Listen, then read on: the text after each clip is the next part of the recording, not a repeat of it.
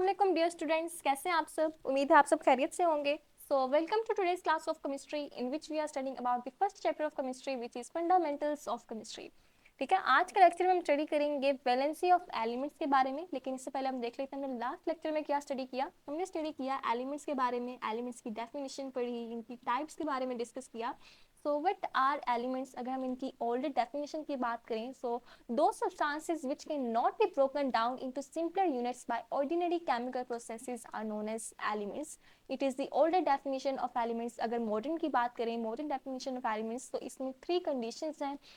First one is same types of atoms, यानी कि elements जो हैं वो सेम टाइप्स ऑफ एटम्स से मिलकर बने होते हैं और सेम ही एटॉमिक नंबर होता है। And third one is same as that of the older one which is can not be broken down into simpler units by ordinary chemical processes. ठीक है, उसके बाद हमने स्टडी किया एलिमेंट्स की डिफरेंट परसेंटेजेस अर्थ क्रस्ट में, oceans में and atmosphere में। ठीक है, ये आपके टेबल 1.1 में दिया गया है और मैंने कहा ये आपके एमसीक्यूज के लिहाज से पूछा जा सकता है, आपको ये अच्छे से प्रिपेयर करना है।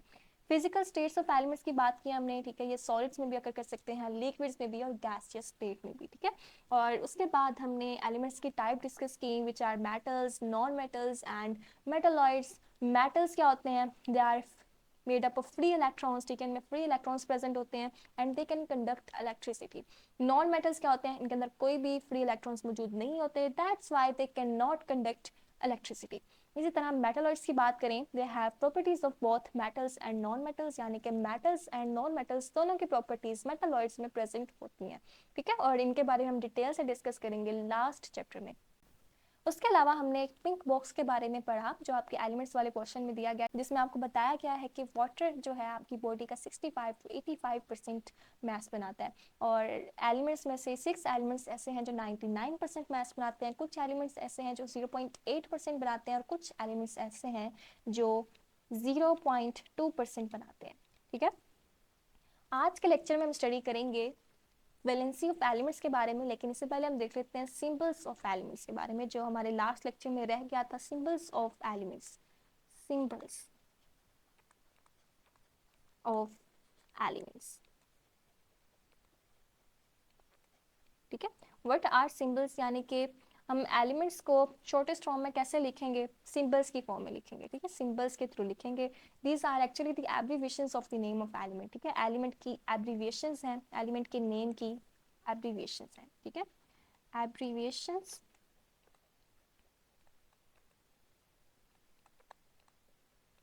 of name of element, name of element। ठीक है, फॉर एग्जाम्पल अगर हमारे पास हाइड्रोजन है, ठीक है, हाइड्रोजन, तो इसका क्या सिंबल होगा? Hydrogen, which is the abbreviation of hydrogen, name of the element. ठीक है, सो H is the abbreviation of hydrogen which is the name of the element. ठीक है, ठीक है, डिफरेंट एलिमेंट्स की डिफरेंट एब्रीविएशंस ली गई हैं, ग्रीक फॉर्म से भी ली गई हैं, लैटिन से भी ली गई हैं, इंग्लिश से भी ली गई हैं, जर्मन से भी ली गई हैं। अगर आप सिंबल की बात करें तो अगर ये एक लेटर है, जैसे हाइड्रोजन में ये एक लेटर है, तो ये कैपिटल लेटर से हम इसको रिप्रेजेंट करेंगे। ठीक है, कैपिटल लेटर से। लेकिन अगर आप सोडियम की बात करें, सोडियम, तो इसका सिंबल क्या है? Na। क्योंकि ये 2 लेटर से मिलकर बना है तो इसका फर्स्ट लेटर जो होगा, फर्स्ट लेटर वो कैपिटल होगा। ठीक है, और जो सेकंड होगा वो स्मॉल लेटर होगा, स्मॉल लेटर। ठीक है, so these are some rules about the representation of elements. ठीक है, कैसे उनको एलिमेंट्स को हमने रिप्रेजेंट करना है with the help of symbols. ठीक है, उसके बाद हम स्टडी कर लेते हैं वैलेंसी के बारे में, valency of elements. Valency, last lecture में हमने कुछ स्टडी किया कि एलिमेंट्स जो हैं वो यूनिक टाइप ऑफ एटम से मिलकर बने होते हैं। ठीक है, यूनिक टाइप ऑफ एटम से मिलकर बने होते हैं और उनके पास कुछ यूनिक प्रॉपर्टीज होती हैं। ठीक है, वैलेंसी भी उनकी एक यूनिक प्रॉपर्टी में से एक है। So it is the unique property of element, unique property of element.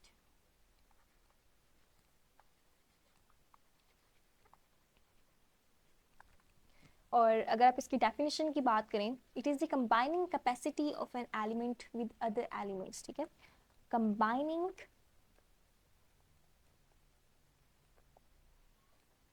capacity of an element with other elements.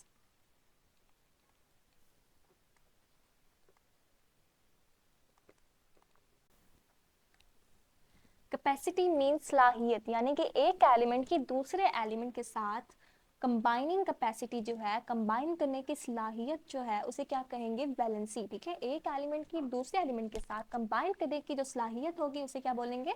Valency. Covalent compounds की अगर वैलेंसी की बात करें, कोवेलेंट कंपाउंड्स की वैलेंसी की बात करें,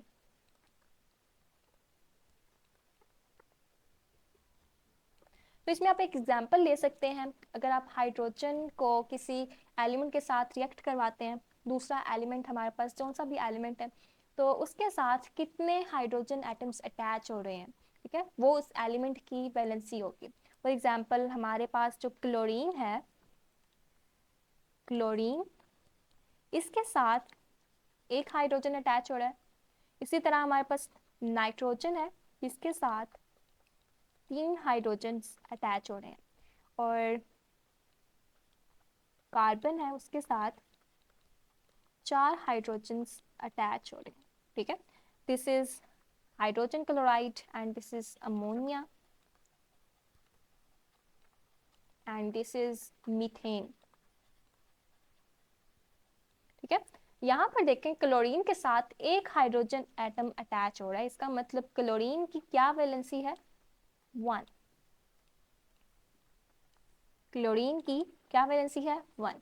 नाइट्रोजन के साथ 3 हाइड्रोजन अटैच हो रहे हैं, इसका मतलब नाइट्रोजन की क्या वैलेंसी है? 3। कार्बन के साथ 4 हाइड्रोजन अटैच हो रहे हैं, इसका मतलब कार्बन की क्या वैलेंसी है? 4। ठीक है, अब आपको वैलेंसी की समझ आई। These are the covalent compounds. Covalent compounds के केस में क्या होगा कि हमने देखने हैं एलिमेंट्स एक साथ हाइड्रोजन अटैच हो रहे हैं। ठीक है, और जितने हाइड्रोजन उस एलिमेंट के साथ अटैच होंगे वही उसकी वैलेंसी होगी। जैसे क्लोरीन में 1 हो रहा है तो इसका मतलब इसकी 1 वैलेंसी है। नाइट्रोजन के साथ 3 एलिमेंट्स यानी कि 3 हाइड्रोजन ऐड हो रहे हैं तो इसका मतलब उसकी वैलेंसी 3 है, और कार्बन के साथ 4 हो रहे हैं तो इसका मतलब कार्बन की 4 वैलेंसी है। ठीक है, उसके बाद अगर हम आयनिक कंपाउंड्स की बात करें, आयनिक कंपाउंड्स के केस में क्या होता है? आयनिक कंपाउंड्स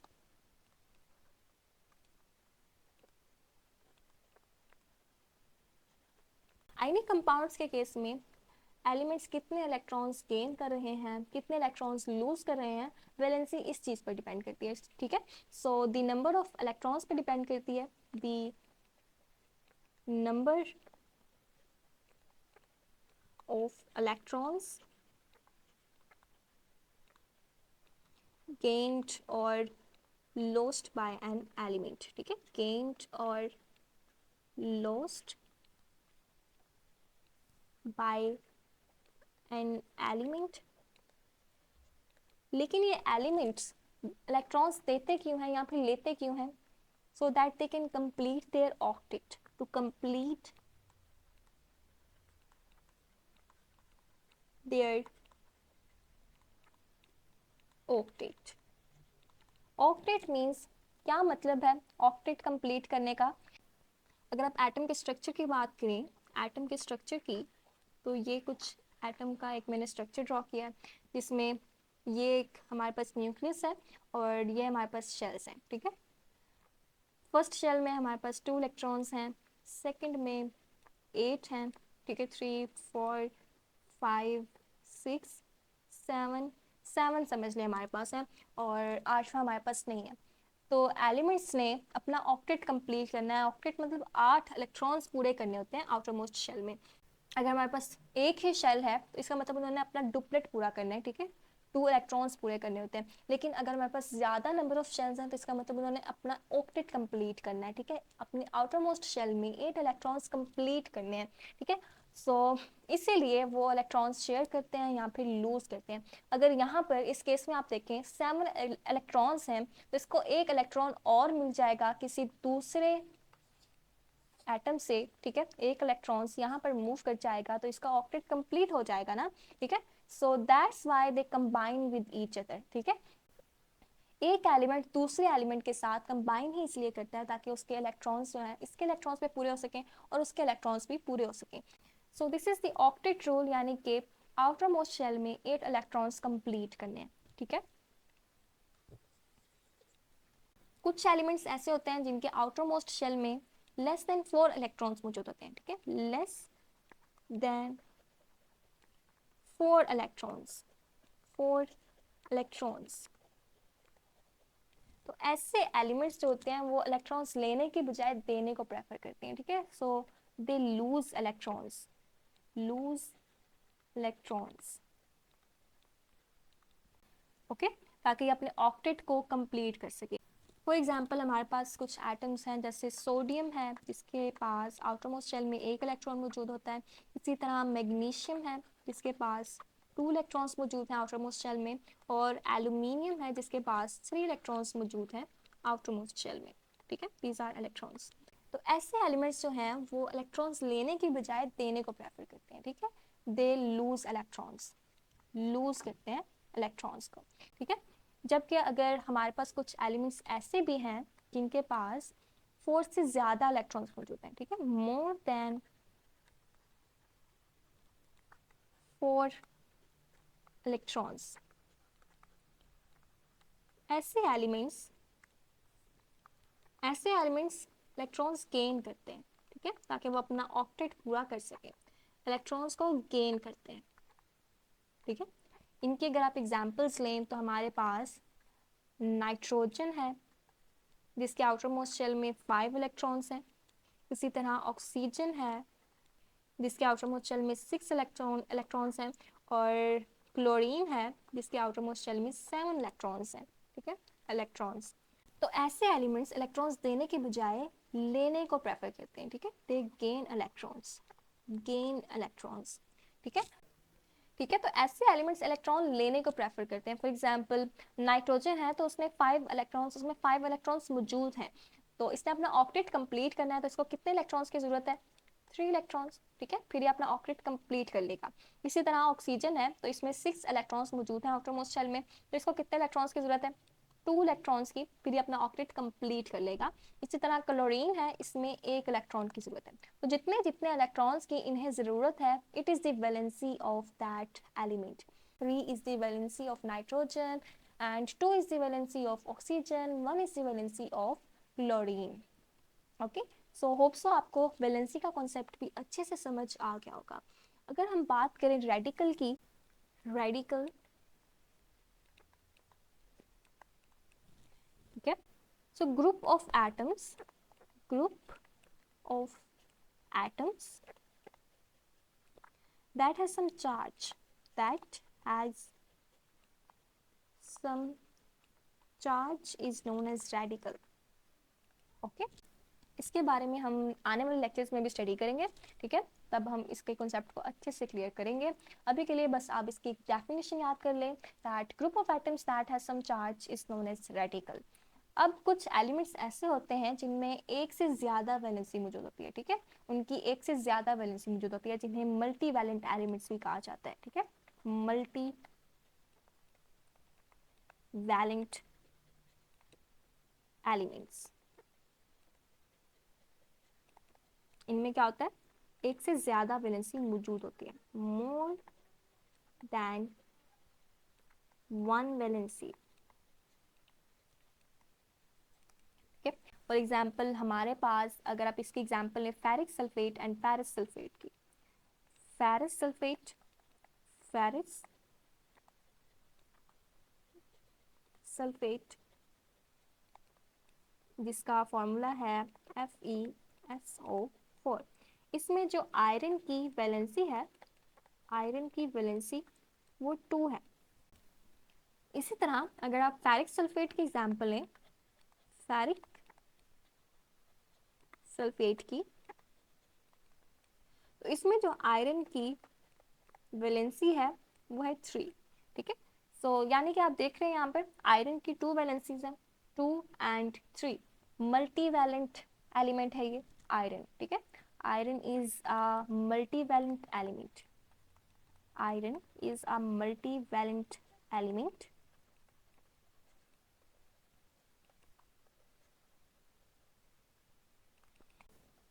अब यहाँ पर देखें, जिसकी वैलेंसी 2 है उसे हमने फेरस बोला, एंड जिसकी वैलेंसी 3 है उसे हमने फेरिक बोला।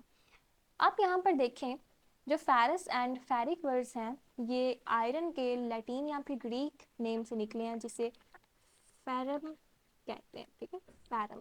लेकिन हमने यहाँ पर OUS लगाया एंड IC यहाँ पर लगाया। क्यों लगाया? अगर जो हमारे पास मल्टी वैलेंट एलिमेंट्स मौजूद हैं, ठीक है, उनकी डिफरेंट वैलेंसीज मौजूद हैं, अगर उनकी लो वैलेंसी होगी तो उनके नेम के एंड पर हम लगा देंगे OUS, ठीक है, और अगर उनकी हायर वैलेंसी होगी तो उनके नेम के एंड पर लगा देंगे IC, ठीक है। OUS for lower valency, lower valency, and IC for higher valency.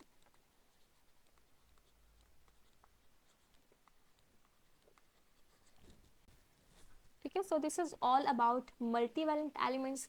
इसके अलावा अगर आप टेबल 1.2 में देखें, टेबल 1.2 में तो आपको डिफरेंट एलिमेंट्स की डिफरेंट वैलेंसीज दी गई हैं वहाँ पे, ठीक है, डिफरेंट वैलेंसीज दी गई हैं। आप वहाँ पर भी डिफरेंट एलिमेंट्स की डिफरेंट वैलेंसीज देख सकते हैं, ठीक है, किसी की 1 है, किसी की 2 है, किसी की 2 से ज़्यादा भी हैं, तो डिफरेंट वैलेंसीज दी गई हैं, डिफरेंट वैलेंसीज। तो आज के लेक्चर में बस हमने यही स्टडी करना था। एक बार देख लेते हैं हमने क्या स्टडी किया। हमने स्टडी किया वैलेंसी के बारे में। What is valency? It is the unique property of an element and it is the combining capacity of an element with other elements, यानी कि एक एलिमेंट की दूसरे एलिमेंट के साथ कंबाइनिंग करने की जो सलाहियत होगी उसे वैलेंसी बोलेंगे। कोवेलेंट कंपाउंड्स के केस में क्या होती है कि फॉर एग्जांपल हाइड्रोजन है तो वो दूसरे एलिमेंट के साथ, जिस एलिमेंट के साथ कंबाइन कर रहे हैं, उस एलिमेंट के साथ जितने हाइड्रोजन के एटम्स अटैच होंगे वही उसकी वैलेंसी होगी। फॉर एग्जांपल क्लोरीन में आप यहाँ पर देखें तो क्लोरीन में एक हाइड्रोजन का एटम अटैच्ड है, ठीक है, और नाइट्रोजन में 3 अटैच्ड हैं और कार्बन में 4 अटैच्ड हैं। इसलिए क्लोरीन की 1 वैलेंसी है, नाइट्रोजन की 3 है एंड कार्बन की 4 है। जबकि आयनिक कंपाउंड्स के केस में it is the number of electrons gained और lost by an element to complete their octet. Octet complete करने के लिए जो एलिमेंट्स ने इलेक्ट्रॉन्स दिए हैं या फिर लिए हैं उसे वैलेंसी बोलेंगे। जितने नंबर ऑफ इलेक्ट्रॉन्स दिए हैं या फिर जितने नंबर ऑफ इलेक्ट्रॉन्स लिए हैं, it is called the valency of that element, ठीक है। कुछ एलिमेंट्स ऐसे होते हैं जिनमें आउटर मोस्ट शेल में लेस देन 4 इलेक्ट्रॉन्स मौजूद होते हैं, तो ऐसे एलिमेंट्स जो होते हैं वो इलेक्ट्रॉन्स लेने की बजाय देने को प्रेफर करते हैं, ठीक है, वो इलेक्ट्रॉन्स लूज करते हैं। फॉर एग्जाम्पल सोडियम है हमारे पास जिसके पास आउटर मोस्ट शेल में 1 इलेक्ट्रॉन मौजूद है, मैग्नीशियम में 2 इलेक्ट्रॉन्स मौजूद हैं आउटर मोस्ट शेल में, और एल्यूमिनियम में 3 इलेक्ट्रॉन्स मौजूद हैं। तो ऐसे इलेक्ट्रॉन्स, ऐसे एलिमेंट्स जिनके पास लेस देन 4 इलेक्ट्रॉन्स मौजूद होंगे आउटर मोस्ट शेल में, वो इलेक्ट्रॉन्स लूज करेंगे। इसी तरह एलिमेंट्स, ऐसे एलिमेंट्स जिनके पास मोर देन 4 इलेक्ट्रॉन्स मौजूद होंगे आउटर मोस्ट शेल में, वो इलेक्ट्रॉन्स गेन करेंगे, ठीक है, इलेक्ट्रॉन्स लेंगे, देने की बजाय वो लेने को प्रेफर करेंगे। फॉर एग्जांपल नाइट्रोजन में 5 इलेक्ट्रॉन्स हैं आउटर मोस्ट शेल में, ऑक्सीजन में 6 इलेक्ट्रॉन्स आउटर मोस्ट शेल में, और क्लोरीन में 7 इलेक्ट्रॉन्स आउटर मोस्ट शेल में। तो अगर 5 इलेक्ट्रॉन्स इसमें पहले से मौजूद है नाइट्रोजन में, तो 3 और इलेक्ट्रॉन्स लेगा तो इसका ऑक्टेट कंप्लीट हो जाएगा, इसलिए इसकी 3 वैलेंसी है। ऑक्सीजन में 6 इलेक्ट्रॉन्स मौजूद हैं तो ये 2 और लेगा तो इसका ऑक्टेट कंप्लीट हो जाएगा, इसीलिए इसकी 2 वैलेंसी है। क्लोरीन में 7 इलेक्ट्रॉन्स मौजूद हैं, अगर एक और ले लेगा तो इसका ऑक्टेट कंप्लीट हो जाएगा, इसलिए इसकी वैलेंसी 1 है, ठीक है। सो उसके बाद हमने स्टडी किया रेडिकल के बारे में। What is radical? It is the group of atoms that has some charge, ठीक है। उसके बाद हमने मल्टी वैलेंट एलिमेंट्स के बारे में डिस्कस किया, यानी कि जिन एलिमेंट्स के पास एक से ज़्यादा वैलेंसी मौजूद होगी उन्हें मल्टी वैलेंट एलिमेंट्स बोलेंगे। For example ferrous sulphate and ferric sulphate में जो आयरन, फेरस सल्फेट में आयरन की वैलेंसी है 2 एंड फेरिक सल्फेट में आयरन की वैलेंसी है 3, ठीक है। So this is iron is a multivalent element. तो आज के लेक्चर में बस हमने यही स्टडी करना था। नेक्स्ट लेक्चर में हम स्टडी करेंगे कंपाउंड्स एंड मिक्सचर्स के बारे में। See you in the next lecture, bye bye.